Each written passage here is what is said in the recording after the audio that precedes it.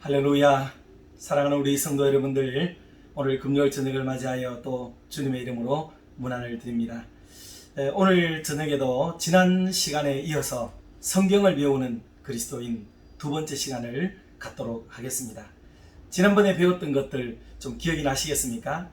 성경은 하나님이 우리에게 주신 참 최고의 선물 중에 선물이다 하는 그런 내용에 대해서도 우리가 말씀을 드렸습니다. 성경은 자 혹은 기준, 척도라는 그런 이름을 가진 캐논으로 훨씬 더 우리에게 많이 알려져 있는 책이기도 합니다. 여러 가지 이유와 목적이 있지만은 특별히 일반적으로 우리는 성경을 하나님의 말씀 그렇게 얘기하고 우리 성도들의 영혼의 양식 또는 생활의 길잡이, 표준, 기준이 되는 하나님의 말씀이다 하는 정도를 우리가 이해하고 있습니다. 오늘은 먼저 성경의 분류에 대해서 생각을 좀 해봐야 되겠어요. 성경은 전부 몇 권인가? 성경은 한 권이죠. 한 권인데 두 권으로 되어 있다. 구약은 39권, 신약은 27권. 그런데 이것을 분류를 할 줄 알아야 됩니다. 분류. 그리고 구약 성경은 이제 나누어야 되는데 제일 먼저 나오는 게 율법서 5권. 그리고 또 역사서 있습니다. 역사서가 12권. 그리고 시가서 5권. 그리고 선지서 17권. 그렇게 해서 선지서는 이제 또 대선지서 5권, 소선지서 12권 이렇게 해서 나눕니다.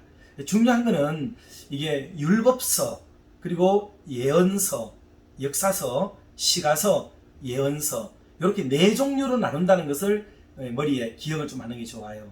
그러면 권수에 대해서는 율법서는 5권, 창세기, 출애굽기, 레위기, 민수기, 신명기 요 5권이란 말이에요. 그리고 뒤에 나오는 역사서는 여호수아부터 시작해가지고 사사기, 룻기, 사무엘 상하, 열왕기 상하, 역대 상하, 그리고 에스라, 느헤미야, 에스더 여기까지를 역사서다 얘기를 해요. 그 율법서와 역사서 그리고 시가서는 그야말로 시, 노래 이런 걸로 기록된 성경이다 그 말이에요. 이것은 욥기, 시편, 잠언, 전도서, 아가서 이렇게 5권을 시가서라고 얘기를 해요.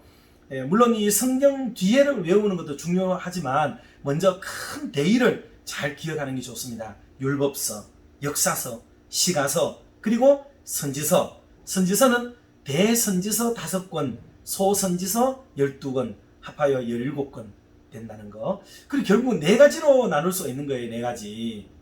율법서, 역사서, 시가서, 또 예언서. 이게 중요합니다.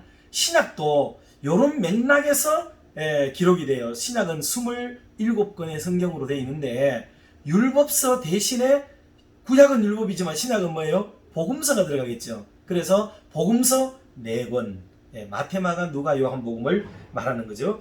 그리고 뒤에 내려가면 역사서, 똑같이 역사서는 있어요. 그런데 역사서는 사도행전 1권, 비록 1권이지만은 역사서, 분류를 그렇게 합니다. 율법서 대신에 복음서, 역사서는 똑같이. 그리고 시가서가 있었는데 구약에는 5권 있었는데 신약에는 시가 대신에 서신서가 쫙 들어갑니다. 무려 21권이 다 시가서예요. 시가서는 로마서, 고린도, 전후서, 갈라디아, 에베소서, 빌립보서, 골로새서, 데살로니가, 전후서, 디모데, 전후서, 디도서, 빌레몬서, 히브리서, 야고보서, 베드로, 전후서, 요한 1, 2, 3서, 유다서까지 전부 다를 서신서로 분류를 하고 있습니다. 그리고 예언서는 똑같이 예언서가 있어요. 구약에는 예언서가 많았다 그랬죠. 그것은 대선지서, 소선지서 나누었었는데 신약은 겨우 요한계시록 1권. 그리고 구약 성경이 제일 많이 차지하는 예언서 그리고 또 역사서 이 내용들이 신약에 오면은 한 권이라는 것 뿐이에요. 그것만 다르고 복음서는 4권이고 외우기 얼마나 좋아요. 율법서 대신에 복음서 4권, 그리고 역사서는 1권, 서신서는 21권, 예언서는 1권, 그리고 이 신약이 27권으로 이렇게 구성이 되어 있단 말이에요. 그래서 구약을 한 번 더 지겹죠 말씀을 드리면은 구약이 뭐라고요? 구약은 율법서 5권, 그리고 역사서 여호수아부터 시작해가지고 에스라, 느헤미야까지 에스라, 느헤미야, 에스더까지 12권의 성경, 그리고 시가서 5권, 그리고 예언서는 17권, 소선지서, 대선지서로 나뉘어진다 하는 구성을 이해를 좀 잘하고 성경을 우리가 대하게 되면 도움이 좀 될 수가 있습니다. 만약에 좀 더 노력이 가능하고 기억력이 따라주신다면 성경 장가지를 좀 외워가면 훨씬 더 도움은 되겠습니다. 그러나 적어도 이 분류를 네 분류로 하고 있다라는 정도만 이해를 해도 성경을 이해하는 데나 또 설교를 들으실 때 굉장한 도움이 될 수가 있다는 것을 기억하면 좋겠습니다. 그리고 알다시피 성경은 다 구약 성경은 오실 예수님에 대해서 말씀하고 있다는 것을 우리가 알고 있습니다. 그리고 신약은 오시겠다 약속하신 대로 오신 예수님을 얘기하고 있고 또 뒤에 가면 다시 오실 예수 그리스도를 말씀하고 있다는 것을 이미 우리가 잘 알고 있습니다.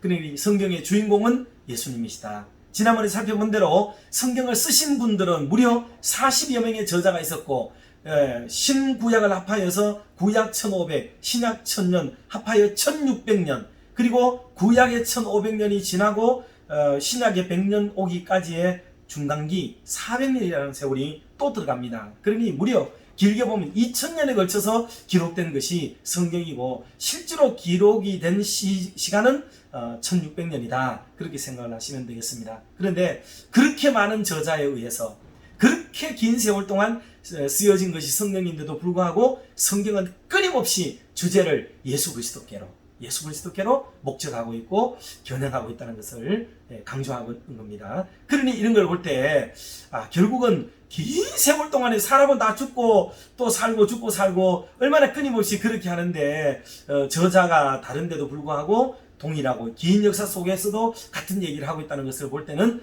시간을 넘어서는 그런 한 분의 저자이기 때문에 그런 것이다. 그러니 그 한 분의 저자는 누구예요? 성령 하나님이죠. 성령 하나님. 그러니 성령에 의해서 기록된 것이 성경책이다 하는 것을 우리가 지난 시간에도 말씀을 들었습니다. 그러면 오늘 조금 더 드리고 싶은 말씀은 성경을 주신 목적은 무엇인가 하는 거예요. 왜 성경을 주셨는가 하는 겁니다. 이거는 성경을 바라보는 시선에 따라서 그리고 여러 다양한 학자들의 견해가 다 달라요. 나는 어느 것을 더 중요하게 여기게 되면 그게 주장하는 바가 되고 그거를 믿는 바가 되기 때문에 무엇이든지 틀렸다고 말할 수는 없어요. 그러나 보편타당하게 일반적으로 전체적으로 볼 때 이런 것들을 강조하고 있고 더 많은 분들이 이런 주제를 이런 목적을 주장하고 있다 하는 면에서는 공감대가 형성이 되리라고 봅니다. 첫 번째는 무엇보다도 언약을 알리는 하나님의 말씀이에요. 언약을 알리고 싶은 거죠. 하나님과 그의 백성과의 언약을 다루는 것이 성경이다 그 말입니다. 출애굽기 34장 27절에 보니까 모세가 여호와와 함께 40일 40야를 거기 있으면서 떡도 먹지 아니하였고 물도 마시지 아니하였으며 여호와께서는 언약의 말씀 곧 십계명을 그 판돌에 기록하였더라. 아멘. 그러니 구약의 십계명을 비롯해서 주신 말씀들의 의도는 뭐냐면 하나님의 율법, 언약, 하나님과 백성들과의 언약에 대한 내용들을 주로 담고 있는 것이 성경이다 하는 것을 알 수가 있고요. 두 번째로는 누구든지 하나님의 아들 예수 그리스도를 믿고 영생, 생명을 얻게 하려는 것이 또 무엇보다도 중요한 목적이다 하는 거예요. 요한복음 20장 31절에 보니까 오직 이것을 기록함은 너희로 예수께서 하나님의 아들 그리스도이심을 믿게 하려 함이요 또 너희로 믿고 그 이름을 힘입어 생명을 얻게 하려 함이니라. 아멘. 그러니 하나님 아들 예수 그리스도인 것을 증명하고 드러내고 그 아들 때문에 구원 얻겠다 하는 내용을 다루고 있는 게 그게 바로 성경의 의도라는 것이에요. 그러니까 구약 성경만 바라봤던 분들은 오실 메시아를 그렇게 보면서도 이게 들리고 보이지 않는 거예요. 그래서 유대교주의자들은 끊임없이 이 말씀이 자기들에게 들어오지 않는 거예요. 성경을 왜 줬는데 그네들은 자기들이 믿고 싶은 바만 믿고 성경이 가고자 하는 방향, 더 믿게 하고자 하는 그 목적에 도달하지 못한 게 유대교가 되고 말았다는 아쉬움이 지금까지도 남습니다. 자, 세 번째로는 무엇이든지 믿는 바를 더 확실하게 하고자 함이 여기에 달려 있어요. 누가복음 말씀을 제가 좀 읽어드리면 1장 3절 4절인데 그 모든 일을 근원부터 자세히 미루어 살핀 나도 데오빌로 각하에게 차례대로 써보내는 것이 좋은 줄 알았노니 이는 각하가 알고 있는 바를 더 확실하게 하려 함이로라. 아멘. 그러니 믿음의 초보 때 가지고 있었던 성경적 지식이 있습니다.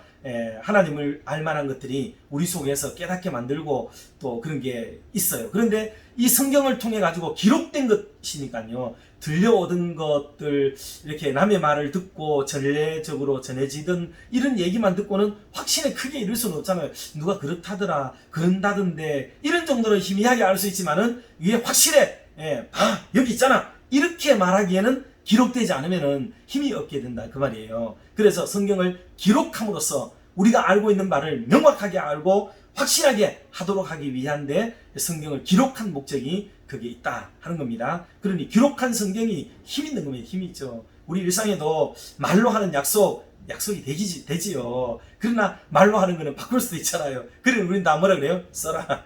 다 쓰고 찍어, 이렇게 해서 확실하게 하게 되는 거죠. 기록이라는 것의 의미는 바로 그런 데 있다 하는 것을 알 수가 있습니다. 그리고 또 하나 중요한 성경을 우리에게 주신 목적은 우리로 하여금 범죄하지 않도록 하기 위한 하나님의 목적이 여기에 있습니다. 요한일서 1장 2절 말씀, 요한일서는 한 장밖에 없죠. 2장 1절 말씀, 2장 1절 말씀을 보면 나의 자녀들아, 내가 이것을 너희에게 쓰면 너희로 죄를 범하지 않게 하려 함이라. 아멘. 방금 말씀드린 것과 일맥상통하지만은 늘 전해지고 들려지던 어떤 하나님의 말씀들 중에 경각심을 갖고 자제하고 억제하고 그렇게 살아가야 될 것들에 대해서 선명하게 문자적으로 기록이 되어 있다면 그것을 쳐다볼 때마다 우리는 더 다담스럽게, 더 열심히 제대로 확신을 가지고 하나님의 법에 순종하는 사람이 될 수가 있을 거란 말이죠. 그러니 기록을 해야 한다 하는 거예요. 그래서 범죄하지 않도록 하기 위한 하나님의 의도가 그 속에 담겨 있어요. 그러니 성경을 읽어야 되겠죠. 성경을 안 읽으면 잘 안 되는 겁니다. 그게 희미해지게 되고, 말하는 이들은 듣는 이들의 마음을 생각하기 때문에 모질게 얘기하지 않을 때도 있고, 둘러서 말할 때도 있고, 덜 말할 때도 있고, 부드럽게 말할 때도 있습니다. 그리고 말하는 이는 자기와 같은 입장이기 때문에 더 세게 이야기를 하지 못하는 것들도 있을 수가 있단 말이에요. 그런데 기록된 말씀은 대중 읽는 자, 어떤 독자들이나 또 그 말씀을 받아들이고 있는 사람들의 형편과 처지, 입장이 어떠하든지 상관없이 똑같이 문자로 다 기록이 되어 있기 때문에 그 말씀의 능력과 위험이 대단하다고 볼 수가 있겠습니다. 그래서 죄를 짓지 않도록 하자는데 큰 목적이 여기 있다는 것을 우리가 알아야 되겠습니다. 그리고 또 하나는 우리를 진짜로 유혹하는 이가 누군지 알게 하기 위해서 기록했다, 그렇게도 말씀을 했어요.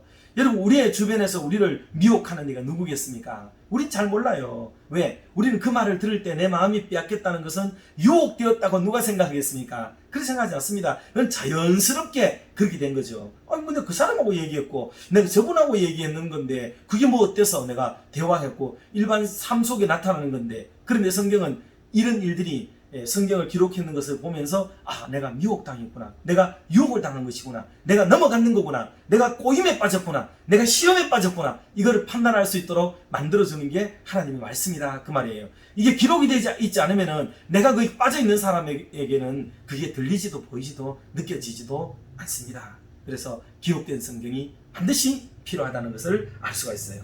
그리고 마지막으로 디모데후서 3장 17절에 가면 선한 일을 행할 능력을 갖추게 하기 위해서 하나님의 말씀을 우리에게 주셨다 얘기를 하셨어요. 17절 말씀을 제가 봉독하면 이는 하나님의 사랑으로 온전하게 하며 모든 선한 일을 행할 능력을 갖추게 하려 함이라. 아멘. 그러니 모든 선한 일을 행할 능력을 배양하는 게 기록된 성경의 목적이라 이 말이에요. 그러니 성경을 많이 읽었다, 성경을 많이 안다 하면서도 성경을 많이 아는데 선한 일을 하지 않는다는 것은 성경을 제대로 읽은 것은 아닐 수가 있다 하는 것을 알 수가 있습니다. 하나님 말씀을 제대로 읽고 제대로 배우고 제대로 알게 되고 깨닫게 되어지면은 어떻게 하든지 하나님의 영광을 드러내기 위하여 우리의 착한 행실을 우리의 삶의 현장 속에 많이 드러내려고 노력을 기울이는 삶을 반드시 살게 되는 겁니다. 예수 믿는데 착하게 살지 않고 또 성경을 보는데 선한 일의 열매가 없다. 여러분, 이거는 맞지가 않는 겁니다. 절대로 그럴 수가 없는 거예요. 우리의 신앙이 뭐 잘못되었든지 성경 없는 생활을 하든지 말씀 중심의 생활이 아니든지 그것이지, 성경이 있고 말씀이 있는데 이 선한 열매가 따라가지 않는다는 것은 그건 결코 그럴 수가 없도록 되어 있다는 것을 알 수가 있습니다. 사랑하는 성도 여러분, 짧은 우리가 성경에 대한 짤막한 지식이긴 하지만은 우리가 이 말씀을 다시 한번 이렇게 생각하면서 성경을 분류를 해서 좀 내가 머릿속에 넣어놓는 게 참 필요하겠구나. 그리고 성경을 왜 우리에게 주셨는가 하는 이 목적을 한번 잘 생각하면서 우리의 삶의 현장 속에 언약을, 하나님의 언약을 알리고자 하는 의도, 또 예수 그리스도를 믿고 영생, 생명을 얻게 하려는 그런 하나님의 의도, 그리고 무엇이든지 확실하게 명확하게 하고자 하는 하나님의 의도, 무엇보다도 범죄에 빠지지 않고 우리를 유혹하는 자들을, 또 미혹의 영들을 분별하도록 만들어주기 위한 하나님의 목적을 잘 우리가 깨달아서 우리의 삶의 현장 속에 선한 열매를 그득히 맺고 살아가는 우리 믿음의 교우님들 다 되시기를 주님의 이름으로 축원합니다. 기도하겠습니다. 사랑과 자비가 풍성하신 하나님 아버지, 감사합니다.